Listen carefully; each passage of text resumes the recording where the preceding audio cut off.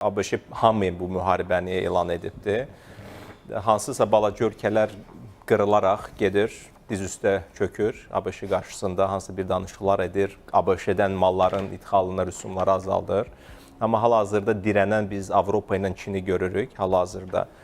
Avropa yenə də balanslaşdırmağa çalışır, Çin isə baş-başa gəlibdir ABŞ ilə.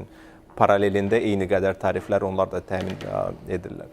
Və biz çoxlu sizlə bunu müzakirə etmişdik ki, bu hal-hazırda niyə görə Çin Rusiyanı dəstəkləyir və mən bütün bu son 3 ildə daim olaraq deyirdim ki, ABŞ Rusiyanı uduzmasını istəmir. Çünki Rusiya üzərində kanal Çinlə Avropanı birləşdirəcək rahat kanallardan biridir. Onun ortasında dəniz yoxdur. Ona görə ABŞ heç vaxt Rusiyaya imkan verməyəcək ki, öz təsiri zonasından çıxsın və Çinin təsiri zonasından çıxsın. Ona görə ABŞ həmişə dəstəkləyəcəkdir. Ona görə son 3 ildə heç bir sanksiya faktiki olaraq işləmədi. Rusiyanın iqtisadiyyatı böyüdü. Trump da gəldi, özünüz də görürsünüz də nə edir prinsipcə. Tam Rusiyanın tərəfindədir. Bütün onların, Ukrayna bütün torpaqlarını onlara verməyə bağışlamağa hazırdır. Tək ki, Rusiyanı özcə əlində saxlasın. Paralelində olaraq onlar, bu gördüyünüz bu okean yol xətti, orada Hindistan var. Hindistana çoxlu investisiyalar eləyirlər ki, Çin alternativ olsun. Ərəb körfəzi ölkələrini öz təsiri zonasına saxlayırlar ki, bu kanallardan istifadə etməsi olmasın.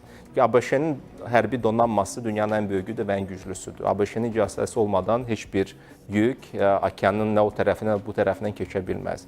Cənub koridorda siz burada göstərməmiş, İrandan keçən koridor, orada uzun müddətli sanksiya altındadır. O da yenə də onun üçün olub ki, Çinin daim olaraq nəzarət altında saxlasın. Çin üçün yeganə alternativ hal-hazırda dayanıqlı və ABŞ-nin təsiri olmayan alternativ orta koridordur.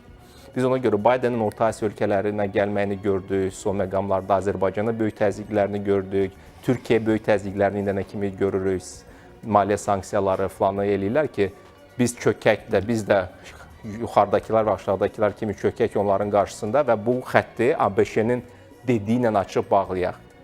Biz də Turan dövlətləri olaraq bəli ki, dayanmışıq, buna qarşıyıq və dözümlülük göstərir. Ona görə Çin bizi ilə işləməyə çox maraqlıdır, çünki biz müstəqil şəkildə öz siyasətimizi davam edirik. Fərid bəy, maraqlı bir məsələyə toxundunuz.